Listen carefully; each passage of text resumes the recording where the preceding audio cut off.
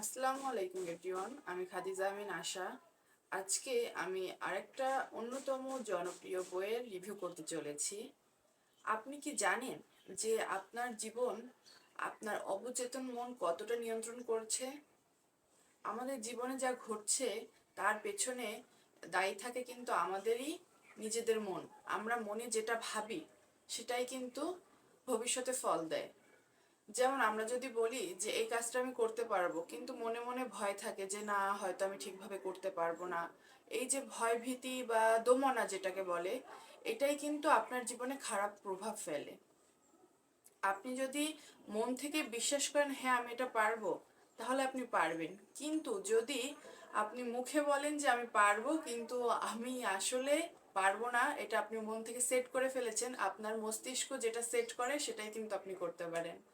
তো এই যে বইটা the power of your subconscious mind, অসাধারণ একটি বই।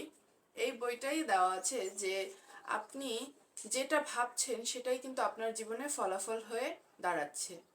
তো আপনি যদি আপনার চিন্তা ভাবনাকে বদলান তাহলে কিন্তু আপনার জীবনের ভালো দিকগুলো আসবে বা আপনার জীবনের সব পজিটিভ হবে। পজিটিভ থিঙ্কিংটাই মেইন বিষয়, যে আপনি সবসময় পজিটিভ ভাববেন। আমি আগের ভিডিওতেও অনেকবার বলেছি যে আপনি কখনো নেগেটিভ থিঙ্কিং বা নেগেটিভ পিপলদের সাথে মেশা কমিয়ে দিবেন, দেখবেন আপনার জীবনে সবকিছু পজিটিভ হচ্ছে। এই যে আমরা যখনই নেগেটিভ কিছু ভাবতে থাকি তখন আমাদের সাথে নেগেটিভ কিছুই হতে থাকে, কিন্তু যখনই আমরা পজিটিভ ভাবি তখন আস্তে আস্তে আমাদের জীবন কিন্তু পজিটিভ দিকেই আগায়। তো এই নেগেটিভিটিকে বাদ দিয়ে পজিটিভ থিঙ্কিং অ্যান্ড পজিটিভ দিকে আগানোটাই আসলে এই বইয়ের মূল কথা। তো আমাদের অবচেতন মন যে আমাদের কিভাবে কন্ট্রোল করে এটা কিন্তু আমরা জানি না। এটাই হলো এই বইয়ে লেখা ছিল যে সাবকনসিয়াস মাইন্ড কিভাবে আমাদেরকে কন্ট্রোল করে, অ্যান্ড আমরা নিজেরাও বুঝতে পারি না যে অবচেতন মন আমাদের কোন দিকে নিয়ে যাচ্ছে। তো এই বইয়ের সব থেকে একটা কথা ভালো লেগেছে যে change your mind, you can change your destiny. তো যদি আপনি নিজের চিন্তা ভাবনাকে বদলান তাহলে আপনার ডেস্টিনিও কিন্তু চেঞ্জ হবে। তো এই কথাটা আসলে মোটিভেশনাল, অ্যান্ড এই টাইপের বইগুলো পড়লে অনেক কিছু বোঝা যায় বা জানা যায় যে আমরা কিভাবে আমাদের নিজেদের মাইন্ডটাই আমাদের কন্ট্রোল করছে লাইফের প্রতিটা ক্ষেত্রে। তো এই বইটা আমার রেকমেন্ড থাকবে যে যারা পজিটিভ থিঙ্কিং বা এই টাইপের পছন্দ করেন তারা একবার হলেও পড়বেন। অ্যান্ড এখান থেকে কিন্তু আপনি অনেক পজিটিভ ভাইব পাবেন।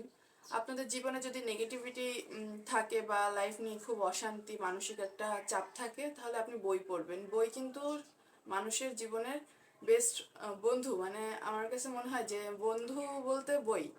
বই কিন্তু আপনি যে বই থেকে জ্ঞান অর্জন করবেন সেটা কিন্তু কেউ ভাগ নিতে পারবে না, এটা আপনার সম্পদ।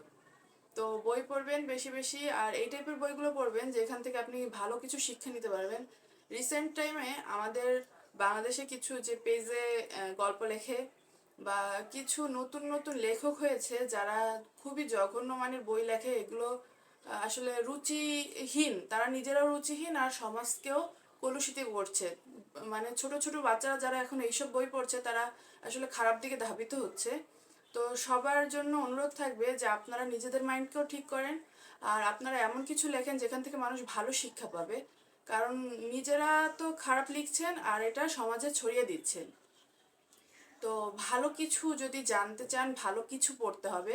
এসব ফালতু এই যে যারা লিখছে ওইসব উপন্যাস পড়ে আপনার জীবনে আসলে কোনো কাজে আসবে না।